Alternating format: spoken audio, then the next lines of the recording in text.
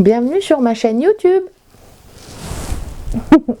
Entre 1963 et 1965, un couple pervers et sadique, Myra Hindley et Ian Brady, enlève, torture et assassine plusieurs enfants âgés de 10 à 17 ans près de Manchester en Angleterre. Plus de 50 ans après leur série de crimes, le couple continue de hanter l'imaginaire collectif des Anglais.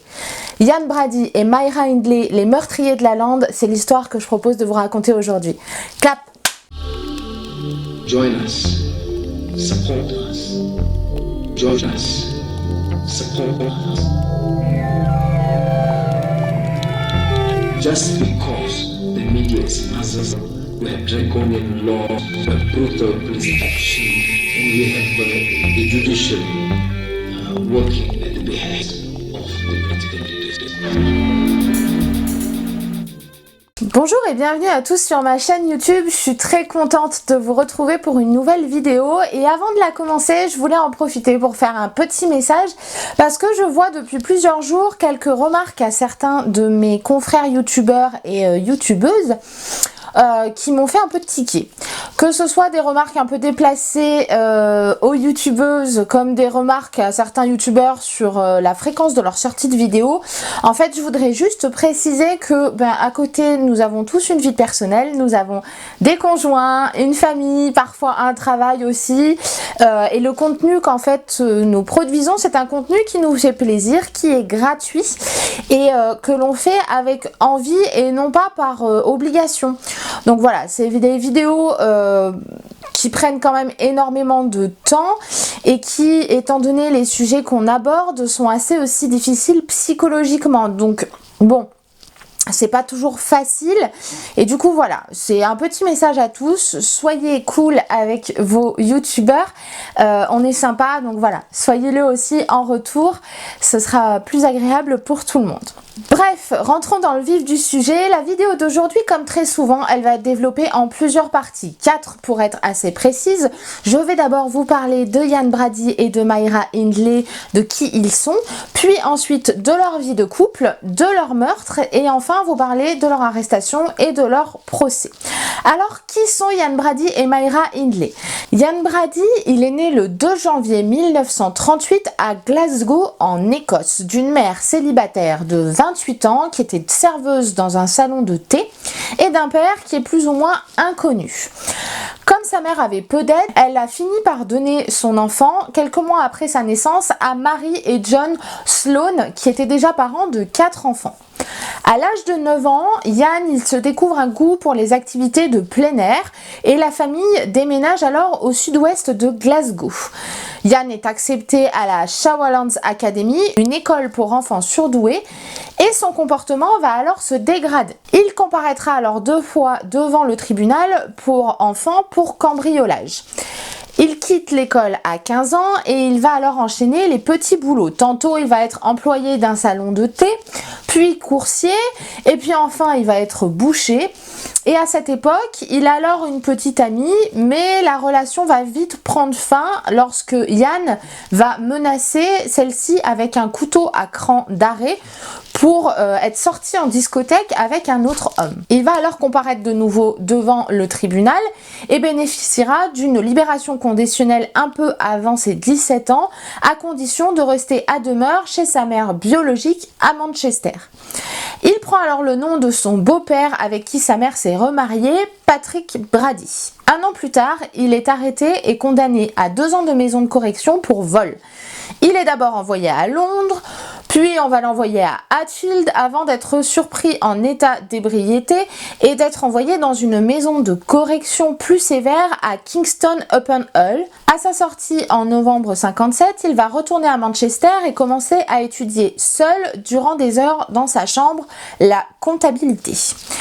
Il va alors obtenir un poste en tenue de livre chez Millwards Merchandising, un distributeur de produits chimiques où il est décrit par ses collègues comme quelqu'un de calme et ponctuel, mais aussi de très irritable. Il va se passionner alors pour des livres sur l'apprentissage de l'allemand ou encore pour Mein Kampf, le manuscrit d'Hitler. Bref, Quelqu'un de pas forcément très recommandable. Myra Hindley est quant à elle née le 23 juillet 42 et elle a été élevée à Gorton, un quartier de Manchester. Son père était alcoolique et la battait régulièrement. Leur maison était si petite que Myra dormait dans un lit à côté de celui de ses parents. Et lorsque la famille s'agrandit avec l'arrivée de sa sœur Maureen en 1946, Myra est envoyée chez sa grand-mère qui vit à proximité. Ancien militaire, le père de Myra est réputé comme étant un homme dur et ce dernier s'attend à ce que sa fille le soit également. Il lui apprend donc à se battre et à l'âge de 8 ans, un garçon du quartier lui écorche le visage au sang. Myra fond alors en larmes et court se réfugier chez elle, mais elle sera sermonnée par son père qui la somme d'y retourner pour l'assommer. Myra va obéir et elle retrouvera le petit garçon qu'elle cognera. La relation de Myra et son père sera qualifiée par les psychiatres judiciaires comme étant l'un des éléments de preuve qui pouvait expliquer en tout cas le rôle de Myra dans les meurtres qu'elle va commettre plus tard. En juin 57, Myra perd son meilleur ami Michael Higgins. Le garçon s'est noyé dans un réservoir lors d'une sortie baignade et par la suite, Myra va se tourner davantage vers tout ce qui est religion catholique en effectuant sa confirmation sous le nom de Veronica et va passer sa première communion en novembre 58. C'est à cette époque que Myra Hindley va commencer à se teindre les cheveux. Elle devient alors dactylographe dans une société d'ingénierie électrique et se fiance à 17 ans avant de rompre ces mêmes fiançailles en estimant que son partenaire est trop jeune pour lui offrir ce à quoi elle aspire. Donc peu après ses 17 ans, elle va se teindre les cheveux en rose. Elle suit des cours de judo, mais personne ne souhaite s'entraîner avec elle parce qu'elle prolonge ses prises et qu'elle y va un peu trop fort. Elle va ensuite travailler chez Bradby et Hinchliffe à Gorton, mais elle va être renvoyée pour cause d'absentéisme 6 mois plus tard. Et là, je vais attaquer un petit peu la vie de couple de Myra Hindley et Ian Brady. Il faut savoir qu'ils se rencontrent en 61 alors que Myra est engagée comme dactylo chez Millwards Merchandising. Elle tombe alors rapidement amoureuse de Ian Brady et elle tient même un journal intime où elle exprime sa fascination pour Brady. Myra Hindley, elle va longtemps espérer un signe de Ian Brady qui lui montrerait un peu son intérêt et que son rêve puisse se réaliser, ce qui va se produire le 22 décembre 61. Brady va alors lui proposer de l'accompagner au cinéma. Et les sorties suivantes entre Myra et Ian vont se passer un peu toujours de la même manière. Une sortie au cinéma, souvent par la suite un film X, puis un retour à la maison de Myra pour y boire du vin allemand. À ce moment-là, Brady lui donne de nombreux ouvrages de récits de crimes nazis, ce qui va pousser Myra à imiter un idéal de perfection aryenne en se teignant les cheveux en blond. Et en portant des chaussures à talons, des jupes courtes, des manteaux en cuir, bref, vous voyez un peu le délire. Myra et Ian vont devenir alors un peu plus distants vis-à-vis de leurs collègues de travail et vont commencer à réfléchir au fait de braquer des banques. C'est une idée qu'ils abandonneront finalement. Myra va alors se passionner pour les armes à feu et tenter d'entrer dans des clubs de tir, mais comme elle était peu douée et qu'elle s'emportait assez facilement, elle va se voir refuser l'entrée de ces clubs de tir là. Myra et Ian se passionneront aussi pour tout ce qui est photo, chacun prenant des photos de l'autre dans des positions assez osées pour l'époque et plutôt suggestive. Et lorsque le 15 août 64, Maureen, la sœur de Myra, épouse un petit caïd du quartier du nom de David Smith, Ian Brady va commencer à se rapprocher de ce dernier et les deux couples vont passer davantage de temps ensemble. Brady et Smith apprécient chacun la compagnie de l'autre et Smith est impressionné par les discours d'extrême droite de Ian Brady qui manipule le jeune homme de 17 ans pendant des mois. Les meurtres de Ian Brady et Myra Hindley vont commencer en 63. Le 12 juillet 63, Ian Brady va confier à Myra son désir de commettre un meurtre parfait. Il lui demande alors de conduire une camionnette dans Gorton, un quartier de Manchester, afin d'y trouver une victime potentielle. Brady va alors remarquer une jeune fille et demander à Myra de s'arrêter. Et bien qu'elle ait reconnu la jeune fille comme étant l'une des amies de sa sœur Maureen, Myra va obéir. Et donc ils vont enlever Pauline Reed, 16 ans, qui va monter dans la camionnette et que Myra va conduire jusque dans la lande. Hindley va alors arrêter la camionnette afin que Brady les rejoigne. Ce dernier va alors guider Pauline dans la lande pendant que Myra attend dans la camionnette. Et lorsque Ian Brady revient, il est seul et il amène Hindley voir la jeune fille mourante. Il lui demande d'aller chercher une pelle afin d'enterrer le corps. À ce moment-là, Pauline a la gorge tranchée, ses vêtements sont complètement en désordre et Myra va alors deviner que Ian a sexuellement abusé la jeune fille. Le 23 novembre 63, dans un magasin d'Ashton-under-Lyne, Hindley et Brady approchent John Kilbride, qui est un jeune garçon de 12 ans et à qui il propose de le raccompagner afin que ses parents ne s'inquiètent pas. Brady va alors prétexter devoir faire un détour par chez lui et lorsqu'ils arrivent à Saddleworth Moor où vit Brady, l'homme emmène John avec lui pendant que Myra attend dans la voiture, on est toujours sur le même procédé. Il l'agresse sexuellement et il tente de lui couper la gorge à l'aide d'un couteau dentelé pour finir par l'étrangler avec ce qui semblerait être un lacet. Le 16 juin 64, Hindley attire dans son véhicule Kiss Bennett, 12 ans. Elle arrête alors son véhicule sur une aire de repos de Saddleworth Moor et de nouveau, Ian Brady va s'éloigner avec le jeune garçon à la recherche d'un prétendu gant perdu et revenir 30 minutes plus tard alors avec la pelle qu'il avait précédemment caché. Lorsque Myra va lui demander comment Kiss a été tué, Brady va répondre qu'il l'a sexuellement agressé avant de l'étrangler avec un bout de corde. Le 26 décembre 64, le couple Hindley-Brady se rend à une fête foraine à la recherche d'une nouvelle victime. Ils vont alors remarquer Leslie Ann Downey, qui a 10 ans, qui est assise près d'une attraction et à qui ils vont demander de l'aide pour transporter quelques-uns de leurs achats. Arrivés chez eux, Myra et Ian vont déshabiller et bâillonner la fillette avant de l'obliger à poser nue. De nouveau, Ian Brady va l'abuser sexuellement avant de la tuer. Hindley et Brady ne vont pas l'enterrer dans la lande tout de suite. Ils ne vont y aller que le lendemain matin et ils vont l'enterrer nu avec ses vêtements à ses pieds.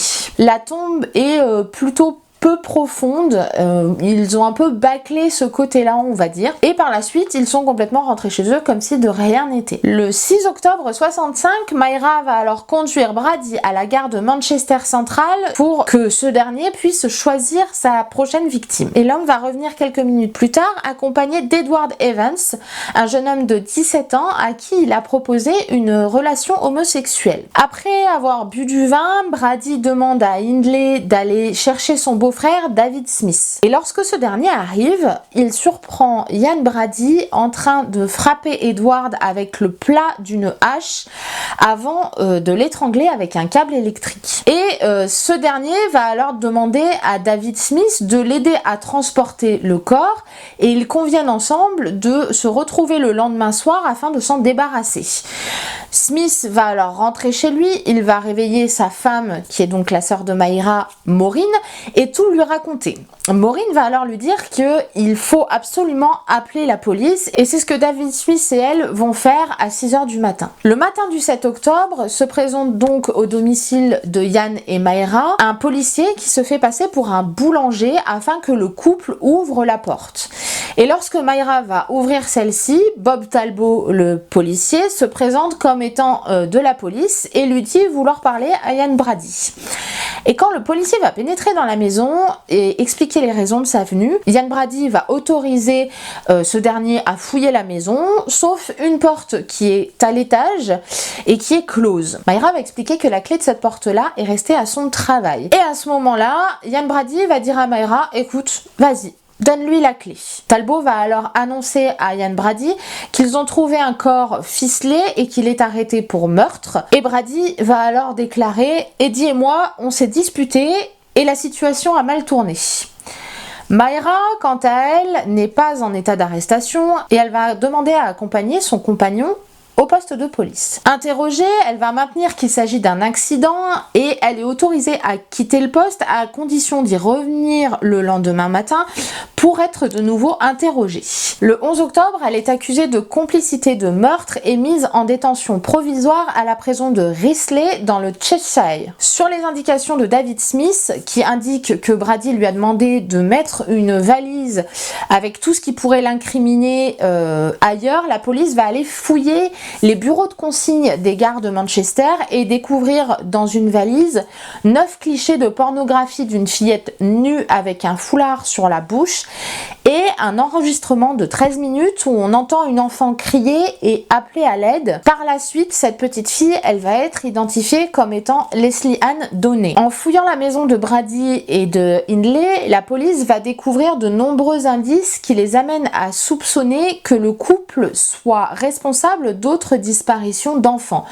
Ils vont aussi trouver de nombreuses photos qui ont été prises dans la lande et ils vont tenter en fait de recouper ces photos pour retrouver les corps qui pourraient être enterrés dans la lande. Le 16 octobre, la police va découvrir à Saddleworth Moor un os de bras qu'ils pensent au départ être celui de John Kilbride, mais qui va finalement être identifié comme étant celui de Leslie Ann Downey.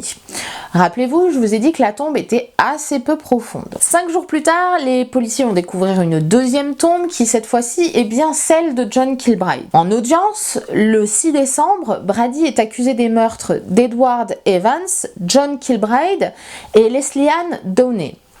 Et alors qu'Hindley, quant à elle, n'est accusée que des meurtres d'Edward Evans et Leslie Ann Downey, ainsi que de complicité dans le meurtre de John Kilbride. Le procès commence le 19 avril 66 et le couple Brady-Hindley va plaider non coupable. Oui, je sais, c'est improbable. Bref, Brady va alors témoigner pendant 8 heures et Hindley pendant 6 heures. Brady va admettre avoir frappé Edward Evans avec une hache, mais va nier l'avoir tué dans un premier temps, avant de finir par dire qu'il a frappé Edward Evans avec une hache, que s'il est mort des coups de hache qu'il a donnés, alors c'est qu'il l'a tué. De son côté, Myra, elle va dire complètement ignorer que les photographies qui ont été prises à Saddleworth Moor ont été prises près des tombes des victimes. Elle va aussi totalement se dédouaner du fait d'avoir participé à la torture et au meurtre de Leslie Ann. Le 6 mai 66, après 2 heures de délibération, le jury va déclarer Ian Brady coupable des meurtres d'Evans, Downey et Kilbride, et Myra Hindley va être coupable des meurtres de Downey et de Kilbride.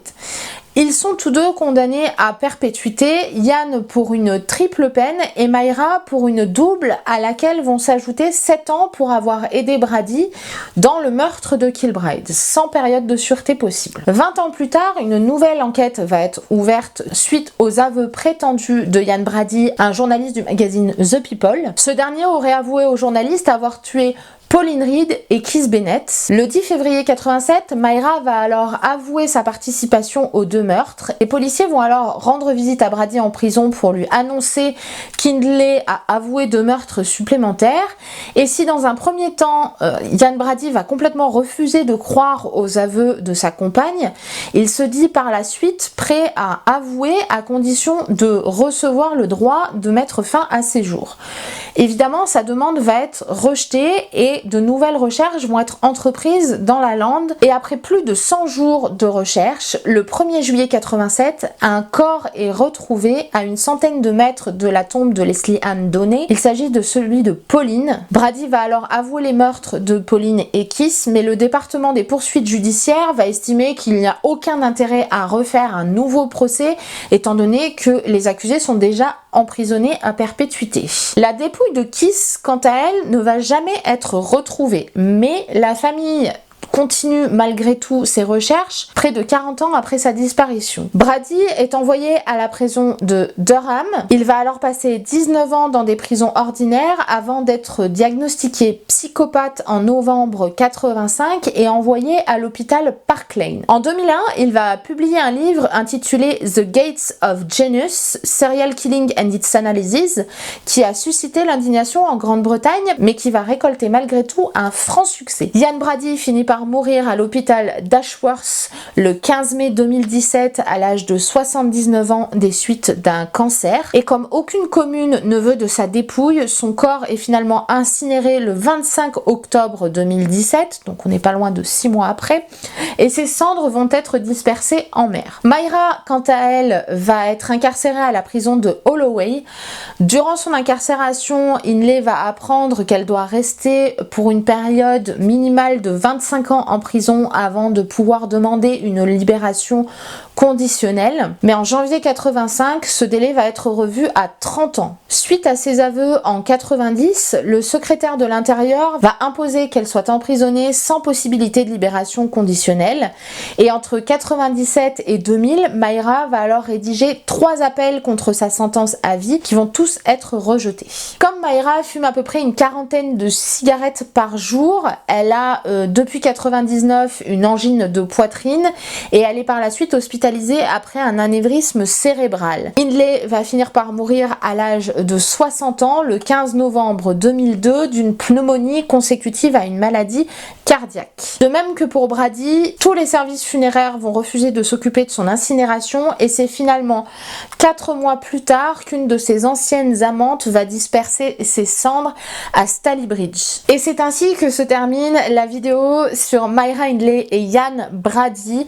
J'espère vraiment que celle-ci vous aura intéressé. Moi en tout cas je la trouve vraiment passionnante parce qu'il y a une partie qui tient un peu, on a l'impression d'un autre monde et pourtant c'était il y a si peu de temps finalement et on garde quand même les idéaux nazis depuis très longtemps. On voit qu'ils se sont engrainés un peu là-dedans. C'est assez particulier. Vraiment, j'espère que ces profils-là vont vous intéresser. Il faut savoir qu'en Angleterre, c'est vraiment quelque chose qui a marqué beaucoup la population. Mayra Hindley, c'était quelqu'un qui était absolument détesté par tous les Anglais. Et encore aujourd'hui, beaucoup d'Anglais se souviennent de ce couple-là qui était absolument terrible. Voilà, j'espère vraiment en tout cas que ça vous aura intéressé. Si c'est le cas, n'hésitez pas à me laisser un petit pouce bleu, un petit commentaire avec ce que vous en avez pensé. Ça m'intéresse toujours et j'adore échanger avec vous. En tout cas, moi, je vous retrouve très bientôt pour une nouvelle vidéo sur ma chaîne YouTube. En attendant, prenez soin de vous. Bye. I had a funny call the other day. He said,